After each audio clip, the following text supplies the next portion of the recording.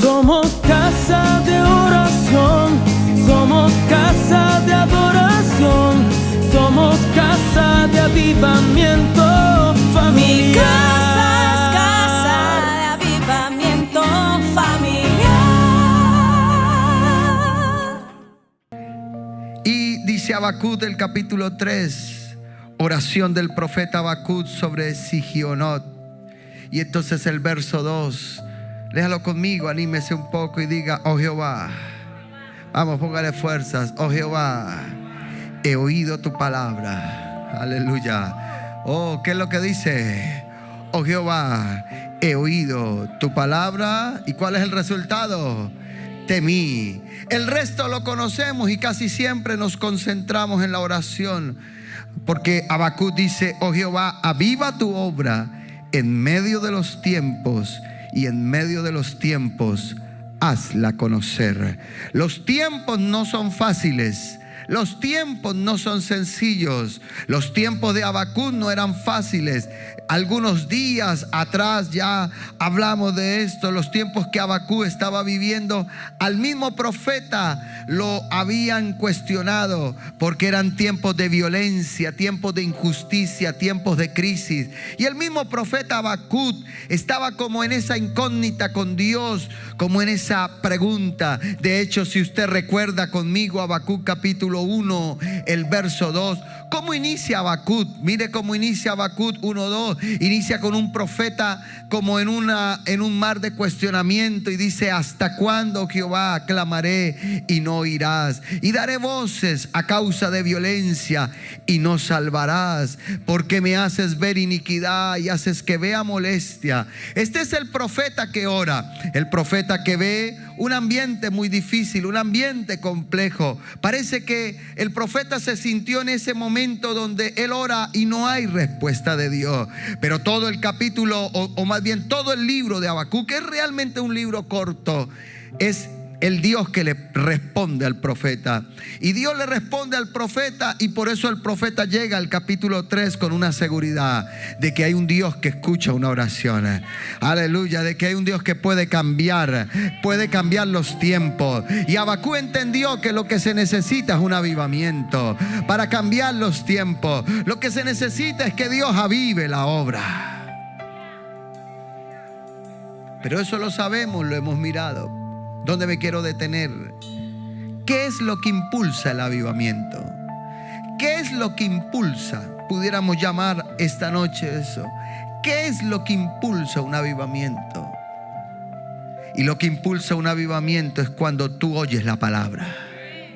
Cuando tú oyes la palabra. Y entonces el profeta dice: he oído tu palabra. Recuerde cómo estaba, vimos al inicio. Está en un mar de dudas, está cuestionando, clamando, pero ahora dice: he oído tu palabra. Me estaba dejando arrastrar por la ansiedad, me estaba dejando arrastrar por las dudas, me estaba dejando arrastrar por el aparente silencio tuyo. Hay días que parece que clamamos y no hay respuesta de Dios. Hay días que parece que alabamos y como que el cielo está callado, como que el cielo está cerrado. Pero a pesar de eso hay un profeta que se mantuvo ahí, se mantuvo y recibió respuesta de Dios. Aleluya. Hay un Dios que le desata una palabra, y por eso dice Habacuc: he oído tu palabra. Aleluya. ¿Sabe qué está diciendo Habacuc? Cuando usted lee el capítulo 1, usted ve a ese profeta cuestionando cosas, pero él mismo se da cuenta que está cuestionando porque se ha desenfocado de la palabra. Se ha desenfocado de lo que puede traer un avivamiento. Y lo que puede traer un avivamiento es la palabra. Pero ¿cuál es la reacción que debemos tener hacia la palabra? Y la frase que usa el profeta aquí es una frase muy tremenda: he oído tu palabra. He oído tu palabra y temí. Y temí. O sea, yo volví a tu palabra. Había descuidado tu palabra, había olvidado tu palabra y temí. Y cuando yo me vuelvo a la palabra, entonces habrá avivamiento. ¿Por qué la iglesia de Cristo en muchos lugares ¿Y por qué tantos cristianos están sin una pasión por el Espíritu Santo? ¿Cuál es la razón? Porque no hay palabra.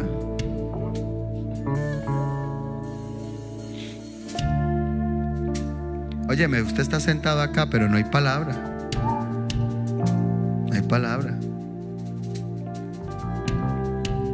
Usted viene al culto, pero no es el culto el que te va a levantar. Tú necesitas la palabra. Tú necesitas apasionarte por la palabra. Mientras no haya palabra, no habrá avivamiento. Es la palabra. Es la palabra. Es la palabra la que va a despertar la pasión. Pero es la pasión por la palabra. Algo produjo en Habacuc. Pero no me quiero quedar aquí en Habacuc.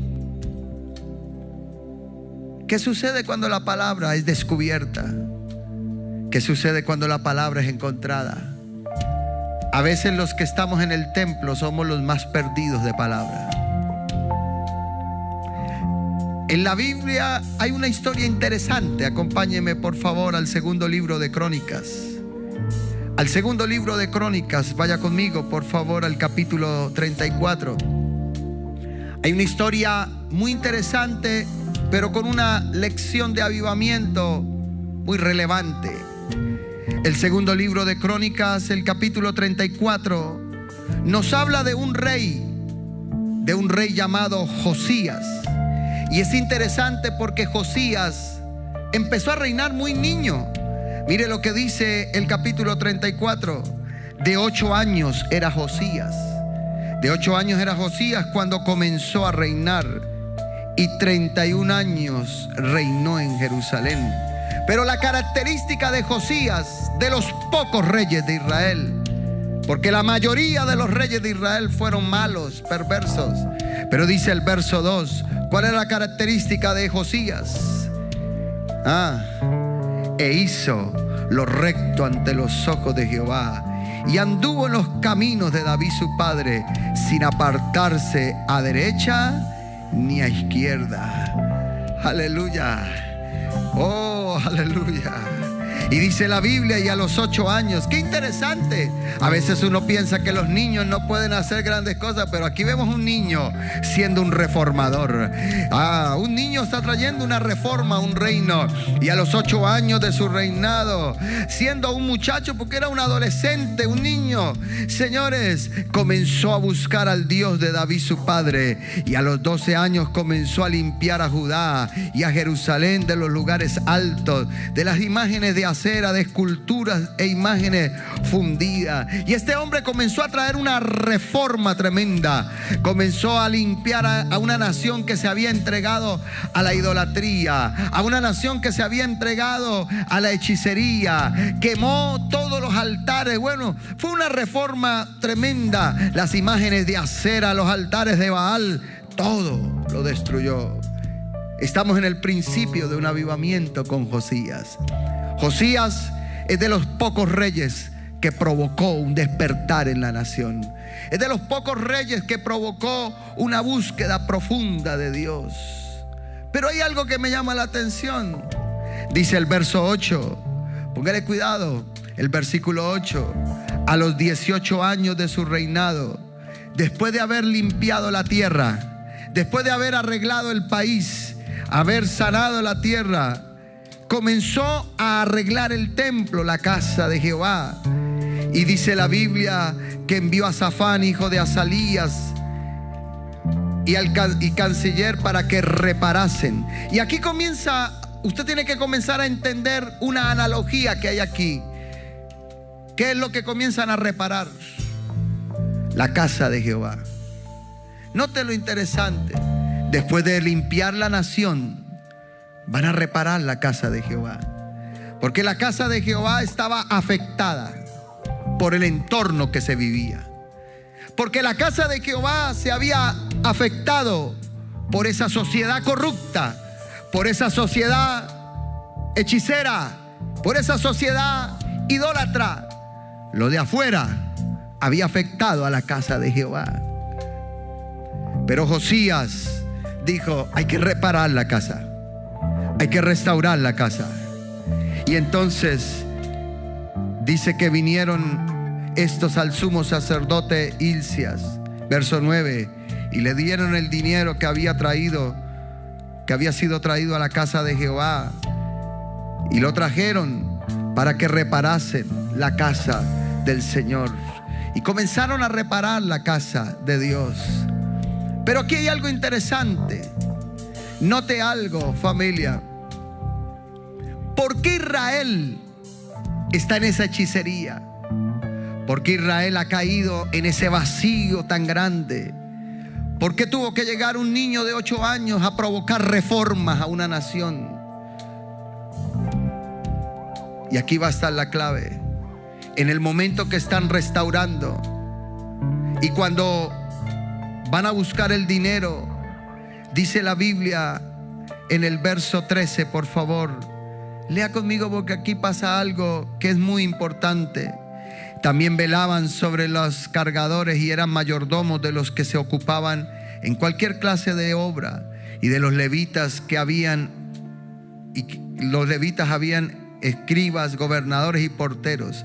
Y dice el verso 14: y al sacar el dinero que había sido traído a la casa de Jehová, el sacerdote Hilcías, ¿qué fue lo que halló?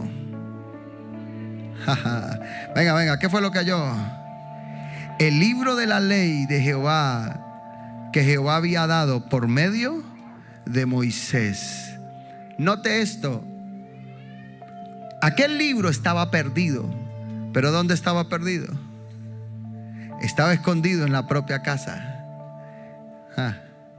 Estaba perdido en la propia casa.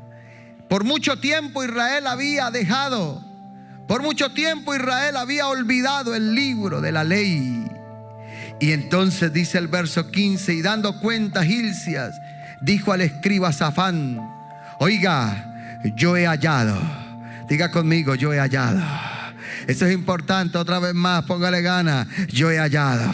¿Qué es lo que he hallado? Aleluya. Yo he hallado el libro de la ley en la casa de Jehová. Y dijo, y dio Hilcías el libro a Safán. Y Safán entonces lo llevó al rey y le contó el asunto diciendo: oiga, tus siervos han cumplido todo lo que tú has mandado, han buscado el dinero, han estado reparando, pero rey, hay algo que encontramos, hay algo interesante que encontramos. Además de todo lo que se ha hecho en la casa, encontramos el libro. Aleluya. Y mire la reacción del rey. Verso 19. El versículo 19 dice: y luego que el rey oyó las palabras de la ley, ¿qué hizo? Luego que el rey oyó las palabras de la ley, rasgó sus vestidos, porque el rey dijo: ¿cómo es posible que hubiésemos perdido la palabra? Escúchame, familia.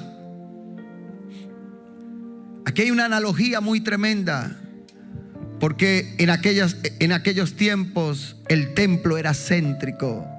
Pero aquel templo, producto de la corrupción de la sociedad, se había deteriorado. Pero vino un rey a traer cambios y reformas. Pero señores, hoy no es un templo físico el que Dios busca, porque el nuevo templo eres tú. Gracias, dije que el nuevo templo eres tú. Pero escúchame, quiero preguntarte: ¿cómo está tu templo hoy? Gracias. ¿Cómo está tu templo? ¿Embolatado? ¿Enredado? ¿Cómo está tu templo? ¿Usted cree que este es el templo que Dios busca? No. Esto es un salón nomás, un auditorio. Señores, pero el verdadero templo eres tú. El templo que Dios necesita mantener ordenado es tu corazón y tu casa. La pregunta es: ¿cómo está tu templo, familia? ¿Será que tu templo está deteriorado? Y producto de estar deteriorado, la palabra está escondida. Porque recuerde, solo encontraron la palabra cuando comenzaron a reparar la casa. A veces es en la casa, es en el templo donde la ley está perdida. Esta gente había dejado de amar la palabra. Esta gente había dejado de leer la palabra. Esta gente había dejado de buscar la palabra. Y cuando tú dejas de buscar la palabra, tú pierdes el temor de Dios. Y por lo tanto pierdes la pasión por un avivamiento. Por eso aparece la idolatría, los altares de acera, de Baal. Por eso aparecen tantas cosas. ¿Sabe? Cuando yo leo esta historia, yo pienso en cientos y cientos de vidas hoy que llenan los auditorios de las iglesias, pero que por dentro no tienen palabra. Porque hay cantidad de gente que se sienta en una silla de una iglesia, pero no tiene palabra. Créame que no tiene palabra. ¿Sabe por qué hay tantos cristianos arrastrados por tantas cosas? Porque no hay palabra.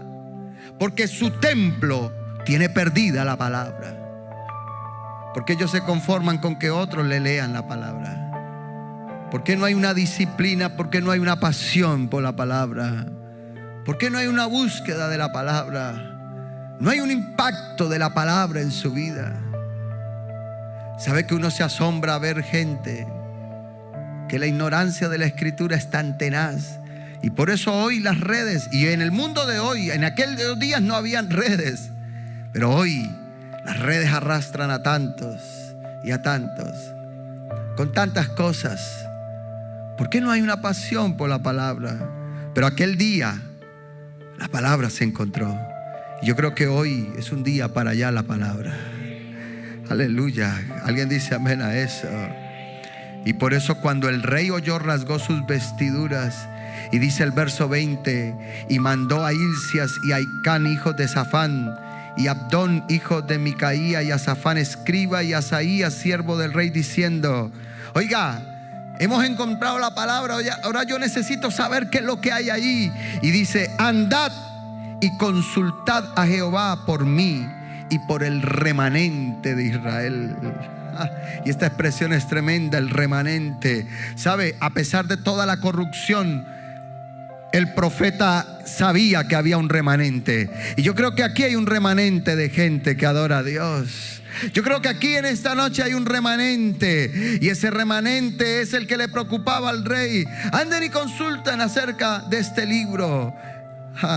Y dice la Biblia, escúcheme bien, verso 21, acerca de Judá, de las palabras del libro que se ha hallado, porque grande es la ira que ha caído sobre nosotros, por cuanto nuestros padres no guardaron la palabra de Jehová para hacer conforme a todo lo que está escrito. ¿En dónde, señores?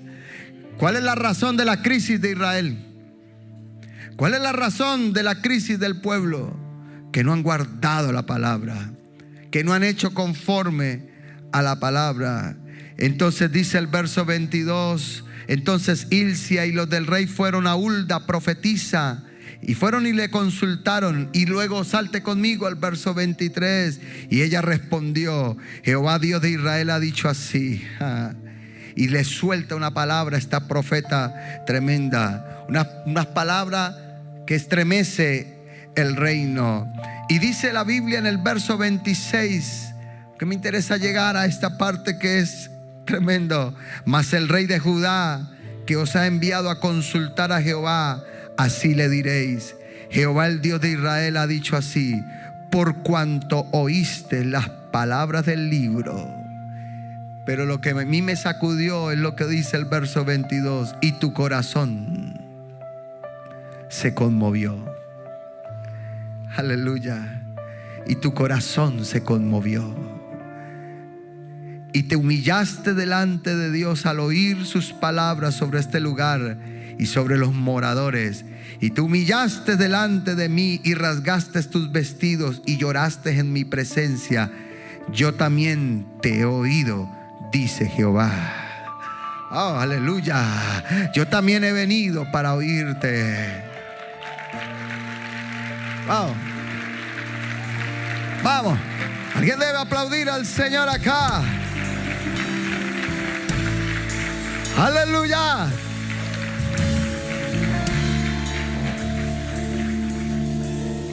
Pero ¿cuál es el principio? ¿Qué dijo Habacuc? He oído tu palabra y temí. ¿Cuál es la reacción de Josías cuando encuentra la palabra? Rasgar sus vestidos, pero sobre todo su corazón se conmovió. ¿Sabe cuándo se conmueve uno? Cuando respeta la palabra. ¿Sabe cuándo se conmueve uno? Cuando valora la palabra. ¿Sabe cuándo se conmueve uno? Cuando ama la palabra.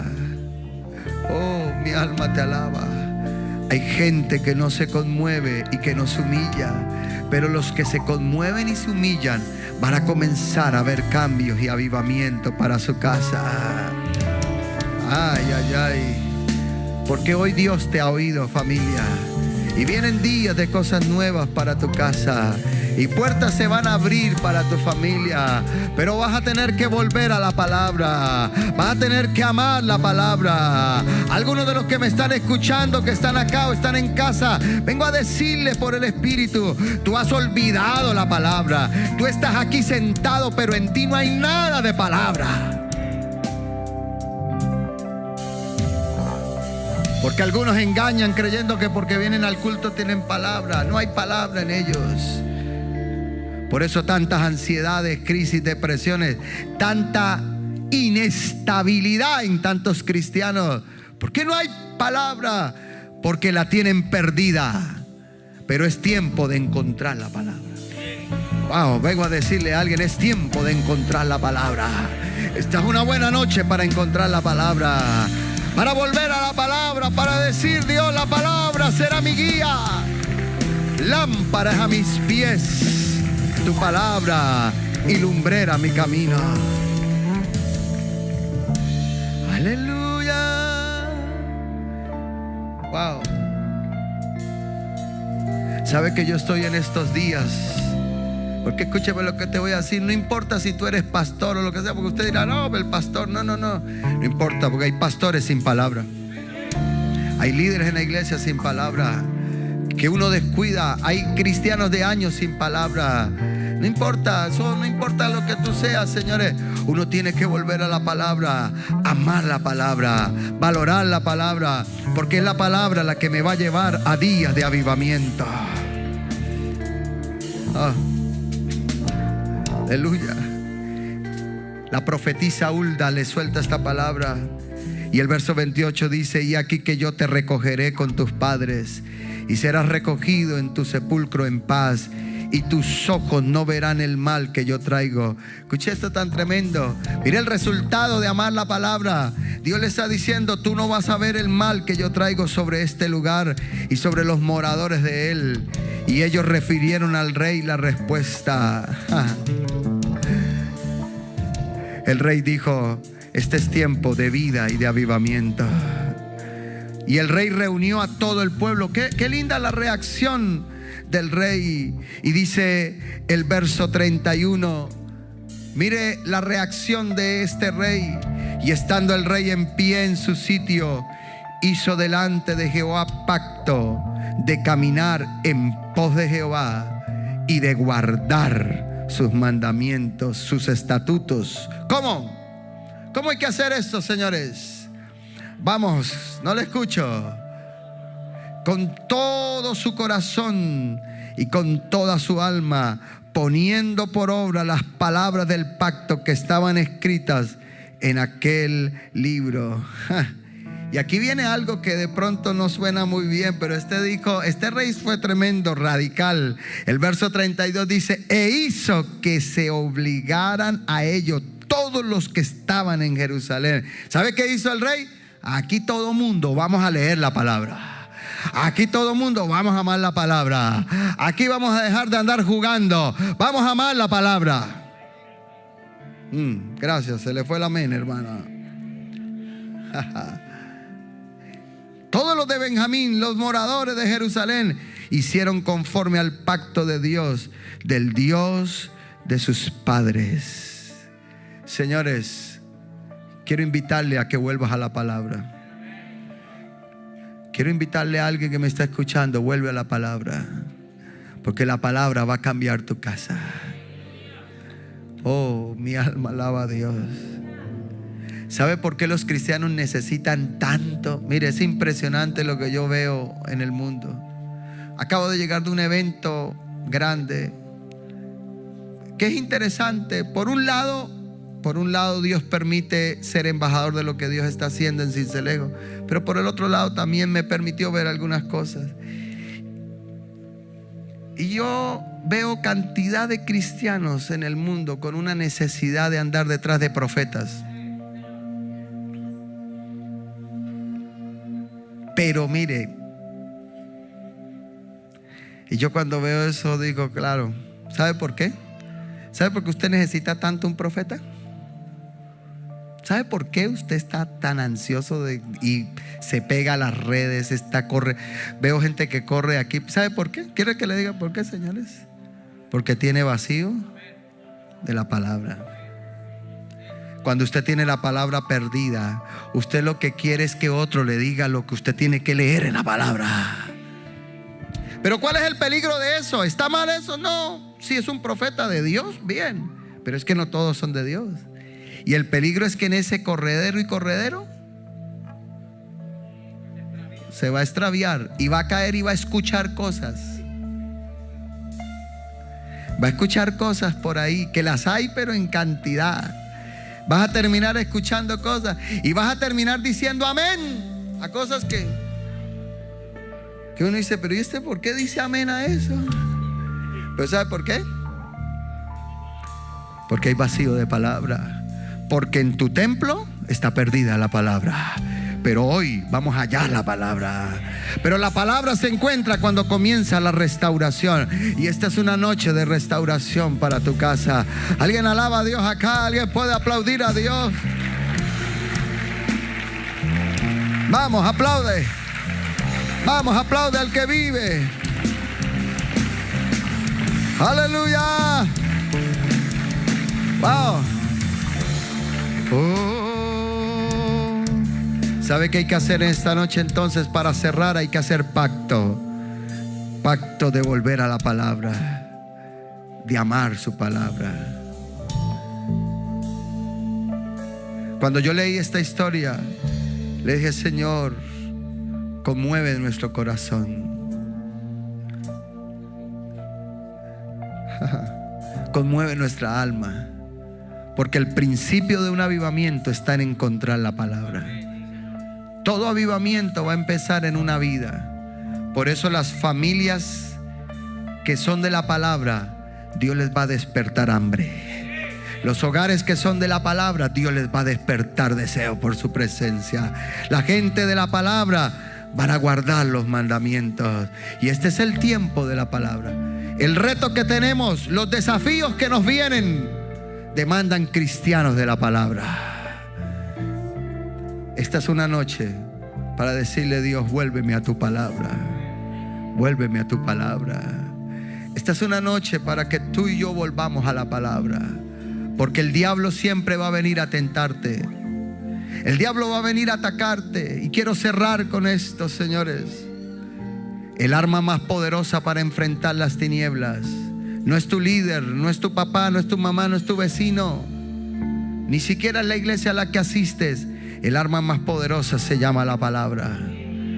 Porque Cristo en el desierto, Mateo capítulo 4, cuando Cristo fue atacado en el momento más crítico, cuando Cristo fue tentado en el momento más fuerte, el diablo aparece y lo tienta de diferentes maneras.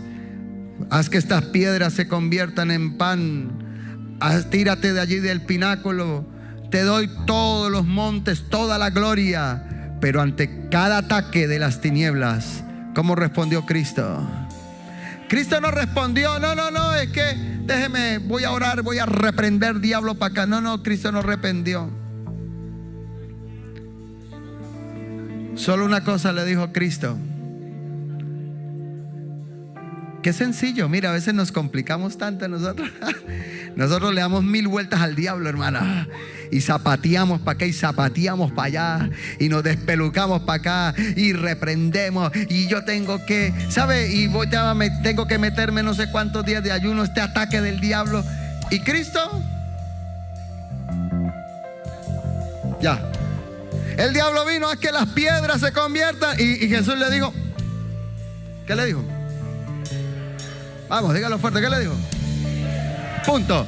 Mire, corta palabra, no discutió más. Escrito está, no solo de pan vivirá el hombre, sino de toda palabra que sale de la boca de Dios.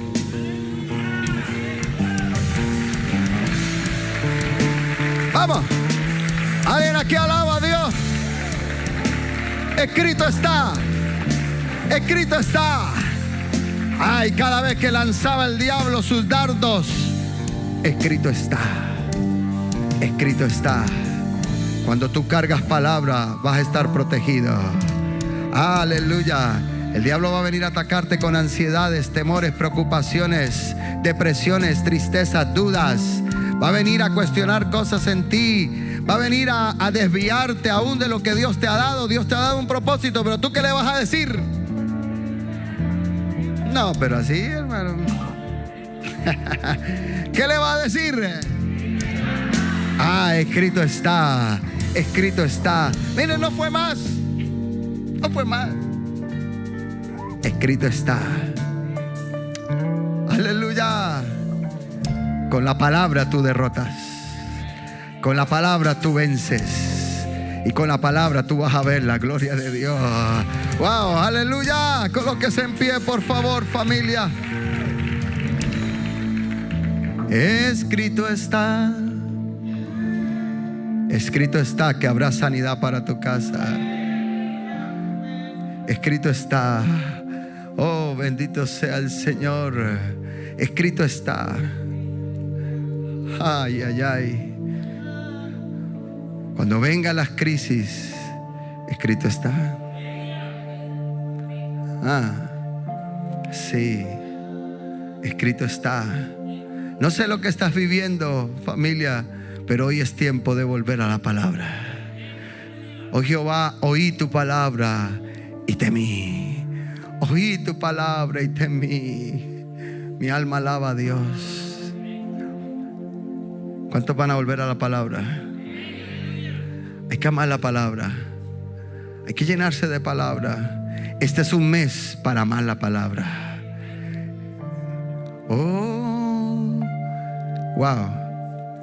Escrito está. Aunque haya temores, aunque haya angustias en tu casa, entonces tú le vas a decir al diablo, escrito está. Lo que dice el Salmo 27, Jehová es mi luz y Jehová es mi salvación. ¿De quién temeré? Jehová es la fortaleza de mi vida. ¿De quién he de atemorizarme? Cuando se juntaron los malignos, mis angustiadores y mis enemigos para comer mis carnes, ellos tropezaron y cayeron. Una cosa he demandado a Jehová y esta buscaré, que esté yo todos los días de mi vida. ¿En dónde? En la casa de Jehová. ¿Para qué? Para contemplar su hermosura y para inquirir en su santo templo, porque Él me esconderá en su tabernáculo en el día del mal. Me ocultará en lo reservado de su morada y luego me pondrá sobre una roca en alto. Él te va a levantar, Él te va a poner sobre una roca en alto. ¿Y sabe qué te dice Dios? Escrito está, luego levantará tu cabeza sobre tus enemigos que te rodean y tú vas a sacrificar sacrificio de júbilo en su tabernáculo.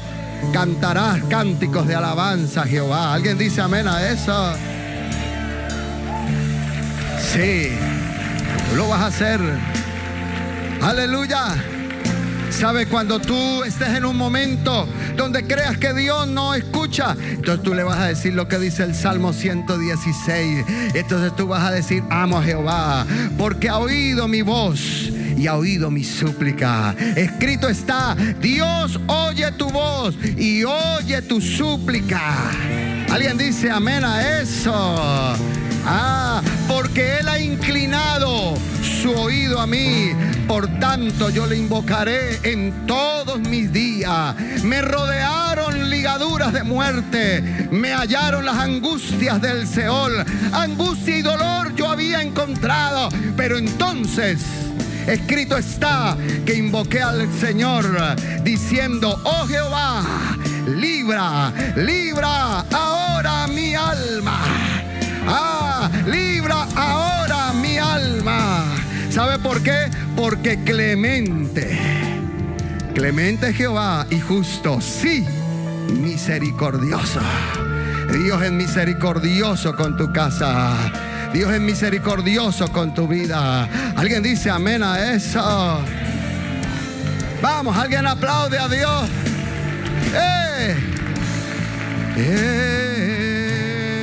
Vamos, dale ofrenda de aplauso. Escrito está que hay victoria. Ay, pastor, pero usted supiera lo que estoy viviendo. Ay, pastor, estoy atravesando. Yo no entiendo por qué estoy viviendo. Entonces usted se levanta y va a decir: escrito está. Escrito está lo que dice Romanos 8:28. Porque sabemos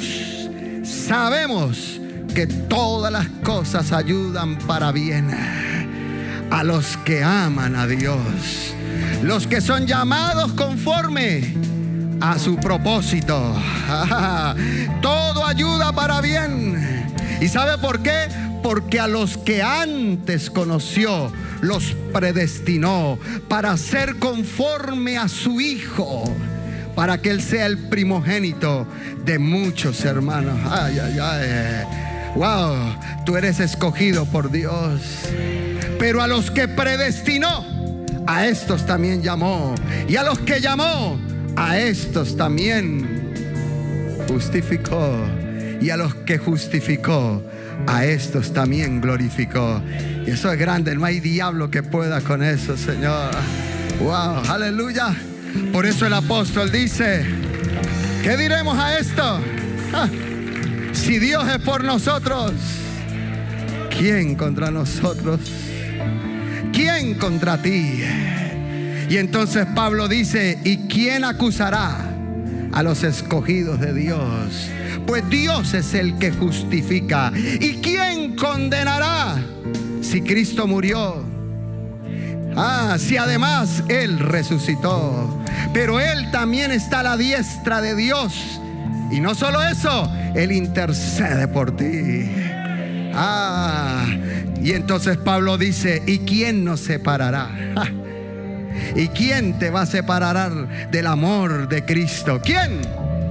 ¿Quién te va a separar? Ay, pastor, supiera lo que estoy viviendo. Usted va a decir: escrito está. ¿Quién me va a separar del amor de Cristo? ¿Quién? ¿Tribulación? Te va a separar la tribulación. Angustia. ¿Qué más te va a separar? Te va a separar tribulación. Te va a separar hambre. Te va a separar desnudez. Te va a separar peligros. Te va a separar espada. Nada te va a separar del amor de Dios. Como está escrito, dice Pablo. Ay, qué tremendo. Como está escrito: somos muertos por ti todo el tiempo y somos contados como ovejas de matadero. Pero luego Pablo dice: antes en todas estas cosas somos más que vencedores. Aquí hay alguien que es más que vencedora. Entonces estoy seguro que nada me va a separar del amor. Que ni la muerte, que ni la vida, que ni ángeles, que ni principados, que ni potestades, que ni lo alto, que ni lo profundo, que ni lo presente, que ni lo porvenir, nada me va a separar del amor de Cristo, de Dios que es en Cristo Jesús. Vamos, alguien alaba a Dios. Vamos, alguien alabe al Señor acá.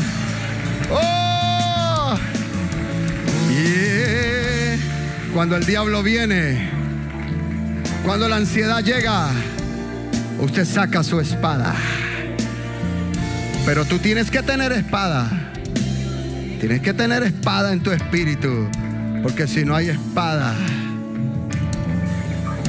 esta es una noche para volver a la palabra.